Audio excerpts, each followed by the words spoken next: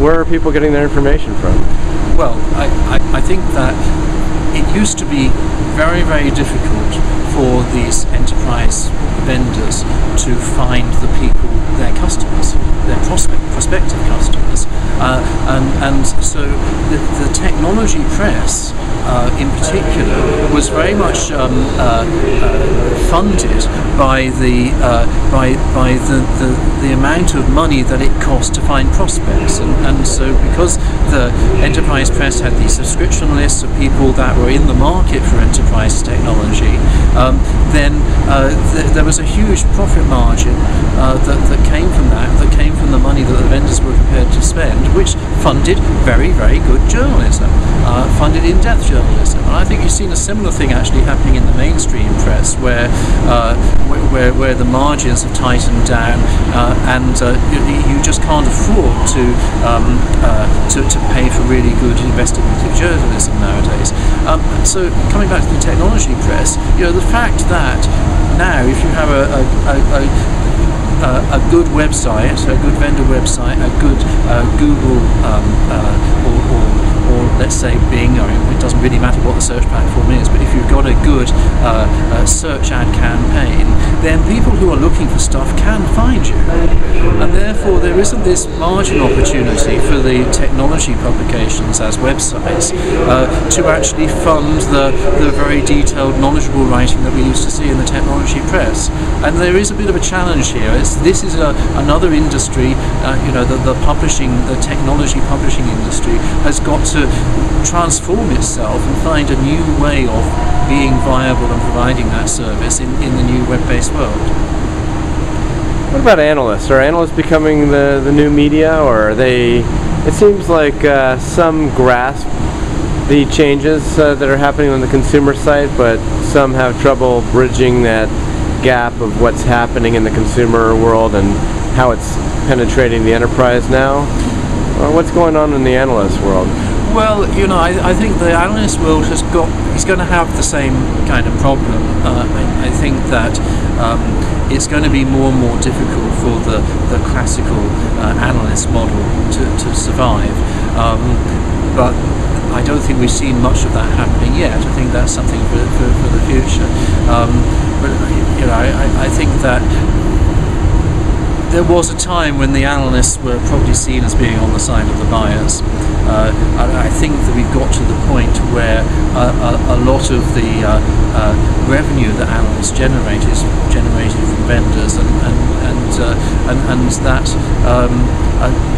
analysts do some great work. They're very committed, professional individuals.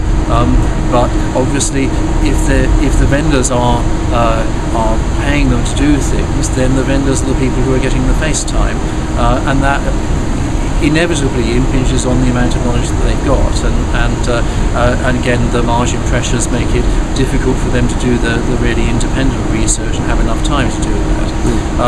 So I think you've got that, but you've also got the fact that people can do their own research.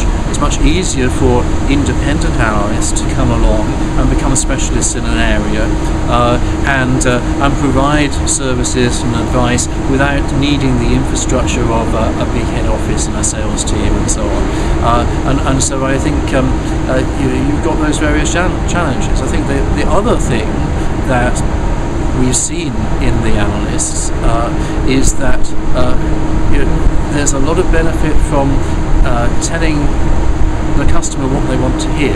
There's a very good market for that, and I think that customers probably don't want to hear that they need to change. They probably want to hear that they can take a more gradual approach, that what they're already doing is okay. And I think that we don't have enough analysts that are really able to take people's hands and guide them through this very transformative process that businesses are going to have to go through. Sorry, that was a bit of a long-winded answer. An excellent answer. I guess my last question would be, there's been a lot of change over the last 10 years. Some you predicted, some you probably couldn't possibly predict, but it seems like you've been on target. What's coming? What's going to happen next year? Can you make some predictions on that? I think that we're going to see very, very fast change.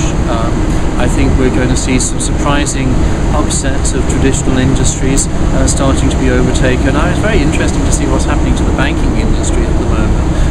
There are some very innovative new initiatives coming out where people are using technology, are using the loss of confidence in the banking system that we had because of the 2008 crisis. And I think therefore we're going to see some innovation there that could have surprising effects on who we do our banking with, either as individuals or as businesses in 5 or 10 years' time. I think that we are going to see a lot more of the social technologies being used in business than we would expect right now.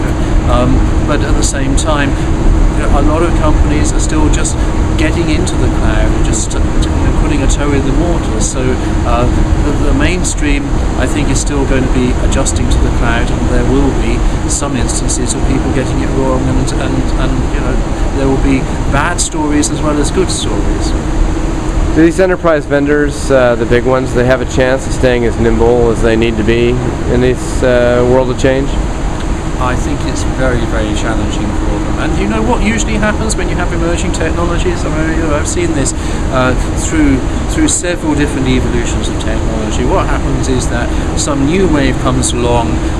The established analysts are usually first to say that, oh well, the big guys will get on top of this and they'll capture it, and they completely fail to do that, and the small guys get bigger and bigger and bigger, and eventually the only way the big guys can stay in the game is by buying up the small guys, and you see that again and again and again.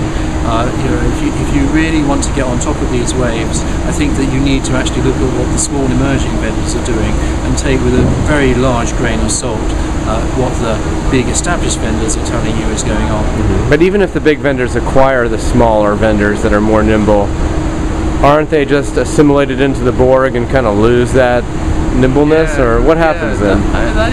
That is a very good question, because I think that is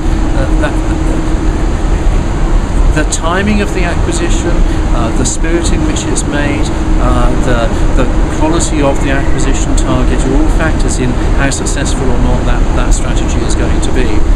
Yes, it's no guarantee of success that you make an acquisition of that kind.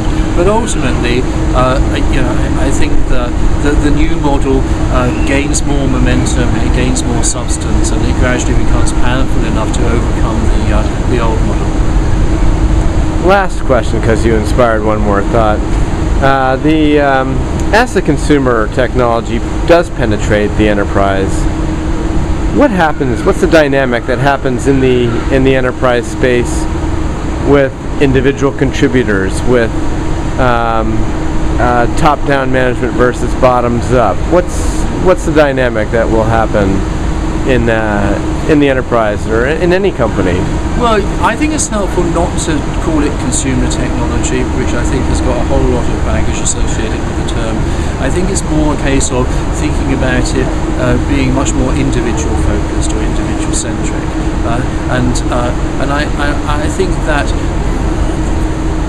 you're going to have new management structures, but to a large extent we already have that. We already have much flatter management structures because the technology has enabled that. It's much easier for people to stay in touch with what their people are doing while having more autonomy and while having shorter reporting lines. So I think that organisations in some ways are already adjusting. And then I think the other thing is that the technology is making it easier and easier for people to have real-time information, to be able to hook teams together in a dynamic fashion to address particular problems. And so the old top-down hierarchical form of management, I think, doesn't really have the chance to survive because the way that people are doing things now and the technology that's there really means that the other ways of doing things are always going to be more successful. Excellent. Care to make any predictions? Well, I think it's probably going to rain quite a bit more this autumn in London. It's not raining right now, but the sun is coming up over the horizon over there. Yeah, we're having a surprisingly pleasant evening tonight, and the Met Office, who does forecast weather for the UK, did say that yesterday it would be raining hard all day, and it didn't. It was sunny. It was sunny, yeah, which just shows how difficult forecasting is, especially short-term forecasting. And so you're refusing to do it. Well, the best forecast is one where you don't put a time limit on it. As soon as you start being time specific, some of the things that I thought would happen very quickly have happened very slowly. I actually founded a website in 2001 expecting that I would be able to use lots of services to actually save me having to engineer all of that internally, and the enterprise really didn't succeed because I was like 5 years too early in that expectation. So I think you can see where things are going, but you can't necessarily say when exactly they're going to get there. Excellent. Well, I'm here in front of the River Thames on the south bank and with Phil Wainewright. Thanks very much, Phil. It's been a pleasure, John.